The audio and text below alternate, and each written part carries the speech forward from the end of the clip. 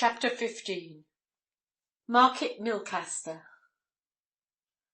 The haunt of well-informed men which Spargo had in view when he turned out of the Watchman office lay well hidden from ordinary sight and knowledge in one of those Fleet Street courts, the like of which is not elsewhere in the world. Only certain folk knew of it. It was, of course, a club. Otherwise it would not have been what it was. It is the simplest thing in life, in England at any rate, to form a club of congenial spirits. You get so many of your choice friends and acquaintances to gather round you. You register yourselves under a name of your own choosing. You take a house and furnish it according to your means and your taste. You comply with the very easy letter of the law, and there you are. Keep within that easy letter, and you can do what you please on your own premises. It is much more agreeable to have a small paradise of your own of this description than to lounge about Fleet Street bars. The particular club to which Spargo bent his steps was called the Octoneumenoi. Who evolved this extraordinary combination of Latin and Greek was a dark mystery. There it was, however. On a tiny brass plate you once reached the portals. The portals were gained by devious ways. You turned out of Fleet Street by an alley so narrow that it seemed as if you might suddenly find yourself squeezed between the ancient walls. Then you suddenly dived down another alley and found yourself in a small court, with high walls around you, and a smell of printer's ink in your nose, and a whirring of printing presses in your ears. You made another dive into a dark entry, much encumbered by bales of paper, crates of printing material, jars of printing ink. After falling over a few of these, you struck an ancient flight of stairs and went up past various landings, always travelling in a state of gloom and fear. After a lot of twisting and turning, you came to the very top of the house and found it heavily curtained off. You lifted a curtain and found yourself in a small entresol, somewhat artistically painted, the whole and sole work of an artistic member who came one day with a formidable array of lumber and paint-pots, and worked his will on the ancient wood. Then you saw the brass plate and its fearful name, and beneath it the formal legal notice that this club was duly registered and so on. And if you were a member, you went in, and if you weren't a member, you tinkled an electric bell and asked to see a member, if you knew one. Spargo was not a member, but he knew many members, and he tinkled the bell, and asked the boy who answered it for Mr. Starkey. Mr. Starkey, a young gentleman with the biceps of a prize-fighter, and a head of curly hair that would have done credit to Antinous, came forth in due course and shook Spargo by the hand until his teeth rattled. "Had we known you were coming," said Mr. Starkey, "we'd have had a brass band on the stairs." "I want to come in," remarked Spargo. "Sure," said Mr. Starkey. "That's what you've come for." "Well, stand out of the way then, and let's get in," said Spargo. "Look here," he continued when they had penetrated into a small vestibule, "doesn't old Crowfoot turn in here about this time every night?" "Every night as true as the clock, my son Spargo. Crowfoot puts his nose in at precisely 11, having by that time finished that daily column wherein he informs a section of the populace as to the prospects of their spotting a winner tomorrow," answered Mr. Starkey. "It's 5 minutes to his hour now. Come in and drink till he comes. Want him?" "A word with him," answered Spargo. "A mere word. Or two." He followed Starkey into a room which was so filled with smoke and sound that for a moment it was impossible to either see or hear.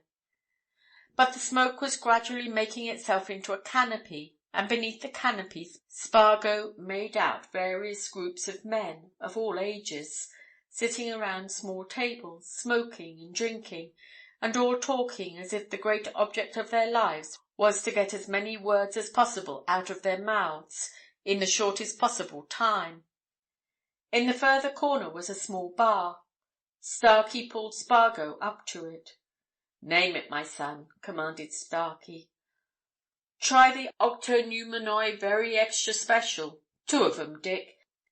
Come to beg to be a member, Spargo?" "I'll think about being a member of this ante-room of the infernal regions when you start a ventilating fan and provide members with a route map of the way from Fleet Street," answered Spargo, taking his glass. "Phew! What an atmosphere!" "We're considering a ventilating fan," said Starkey. "I'm on the House Committee now, and I brought that very matter up at our last meeting. But Templeson, of the Bulletin, you know Templeson, he says what we want is a wine cooler to stand under that sideboard. Says no club is proper without a wine cooler, and that he knows a chap, second-hand dealer, don't you know, what has a beauty to dispose of in old Sheffield plate. Now, if you were on our House Committee, Spargo, old man, would you go in for the wine cooler or for the ventilating fan? You see—" "There is Crowfoot," said Spargo. "Shout him over here, Starkey, before anybody else collars him." Through the door by which Spargo had entered a few minutes previously came a man who stood for a moment blinking at the smoke and the lights. He was a tall, elderly man with the figure and bearing of a soldier. A big, sweeping moustache stood well out against a square-cut jaw and beneath a prominent nose. A pair of keen blue eyes looked out from beneath a tousled mass of crinkled hair. He wore neither hat nor cap. His attire was a carelessly put-on Norfolk suit of brown tweed. He looked half unkempt, half groomed. But knotted at the collar of his flannel shirt were the colours of one of the most famous and exclusive cricket clubs in the world, and everybody knew that in his day their wearer had been a mighty figure in the public eye. "Hi, Crowfoot!" shouted Starkey among the din and babble. "Crowfoot! Crowfoot! Come over here. There's a chap dying to see you." "Yes, that's the way to get him, isn't it?" said Spargo. "Here, I'll get him myself." He went across the room and accosted the old sporting journalist. "I want a quiet word with you," he said. "This place is like a pandemonium." Crowfoot led the way into a side alcove and ordered a drink. "Always is this time," he said, yawning. "But it's companionable. What is it, Spargo?" Spargo took a pull at the glass which he had carried with him. "I should say," he said, "that you know as much about sporting matters as any man writing about 'em." "Well, I think you might say it with truth," answered Crowfoot. "And old sporting matters?" said Spargo. "Yes, and old sporting matters," replied the other with a sudden flash of the eye. "Not that they greatly interest the modern generation, you know." "Well, there's something that's interesting me greatly just now, anyway," said Spargo, "and I believe it's got to do with old sporting affairs, and I came to you for information about it, believing you to be the only man I know of that could tell anything." "Yes, what is it?" asked Crowfoot. Spargo drew out an envelope and took from it the carefully wrapped-up silver ticket. He took off the wrappings and laid the ticket on Crowfoot's outstretched palm. "Can you tell me what that is?" he asked. Another sudden flash came into the old sportsman's eyes. He eagerly turned the silver ticket over. "God bless my soul!" he exclaimed. "Where did you get this?" "Never mind just now," replied Spargo. "You know what it is?" "Certainly I know what it is. But, Gad, I've not seen one of these things for Lord knows how many years. Makes me feel something like a young 'un again," said Crowfoot. "Quite a young 'un." "But what is it?" asked Spargo. Crowfoot turned the ticket over, showing the side on which the heraldic device was almost worn away. "It's one of the original silver stand tickets of the old racecourse at Market Milcaster," answered Crowfoot. "That's what it is. One of the old original silver stand tickets.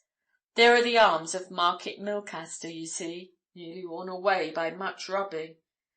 There, on the obverse, is the figure of a running horse. Oh, yes, that's what it is. Bless me, most interesting." "Where's Market Milcaster?" inquired Spargo. "Don't know it."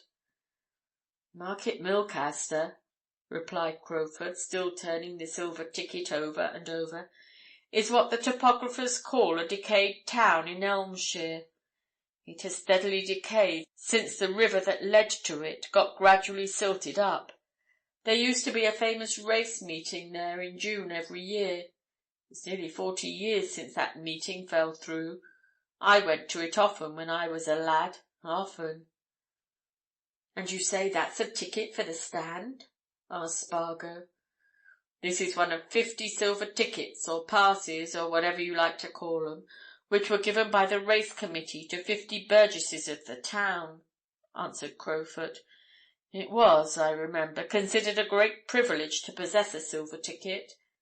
It admitted its possessor, for life, mind you, to the stand, the paddocks, the ring, anywhere. It also gave him a place at the annual race dinner. Where on earth did you get this, Spargo?" Spargo took the ticket and carefully rewrapped it, this time putting it in his purse. "I'm awfully obliged to you, Crowfoot," he said. "The fact is, I can't tell you where I got it just now, but I'll promise you that I will tell you, and all about it too, as soon as my tongue's free to do so." "A mystery, eh?" suggested Crowfoot. "Considerable," answered Spargo. "Don't mention to anyone that I showed it to you. You shall know everything eventually." "Oh, all right, my boy, all right," said Crowfoot. "Odd how things turn up, isn't it? Now I'll wager anything that there aren't half a dozen of these old things outside Market Milcaster itself. As I said, there were only 50, and they were all in possession of burgesses. They were so much thought of that they were taken great care of. I've been in Market Milcaster myself since the races were given up, and I've seen these tickets carefully framed and hung over mantelpieces. Oh, yes." Spargo caught at a notion. "How do you get to Market Milcaster?" he asked. "Paddington," replied Crowfoot. "It's a goodish way." "I wonder," said Spargo, "if there's any old sporting man there who would remember things. Anything about this ticket, for instance." "Old sporting man!" exclaimed Crowfoot. "Egad! But no, he must be dead. Anyhow, if he isn't dead, he must be a veritable patriarch. Old Ben Quarterpage. He was an auctioneer in the town, and a rare sportsman." "I must go down there," said Spargo. "I'll see if he's alive." "Then if you go down," suggested Crowfoot, "go to the old Yellow Dragon in the High Street. It's a fine old place. Quarterpage's place of business and his private house were exactly opposite the Dragon. But I'm afraid you'll find him dead. It's 25 years since I was in Market Milcaster, and he was an old bird then. Let's see now. If old Ben Quarterpage is alive, Spargo, he'll be 90 years of age." "Well, I've known men of 90 who were spry enough, even in my bit of experience," said Spargo. "I know one, now, my own grandfather. Well, the best of thanks, Crowfoot, and I'll tell you all about it some day." "Have another drink?" suggested Crowfoot. But Spargo excused himself. He was going back to the office, he said. He still had something to do. And he got himself away from the octoneumenoi, in spite of Sparky, who wished to start a general debate on the wisest way of expending the club's ready money balance, and went back to the Watchman, and there he sought the presence of the editor, and in spite of the fact that it was the busiest hour of the night, saw him, and remained closeted with him for the extraordinary space of 10 minutes. And after that, Spargo went home and fell into bed. But next morning, bright and early, he was on the departure platform at Paddington, suitcase in hand, and ticket in pocket for Market Milcaster, and in the course of that afternoon he found himself in an old-fashioned bedroom looking out on Market Milcaster High Street. And there, right opposite him, he saw an ancient house, old brick, ivy-covered, with an office at its side, over the door of which was the name Benjamin Quarterpage. End of chapter 15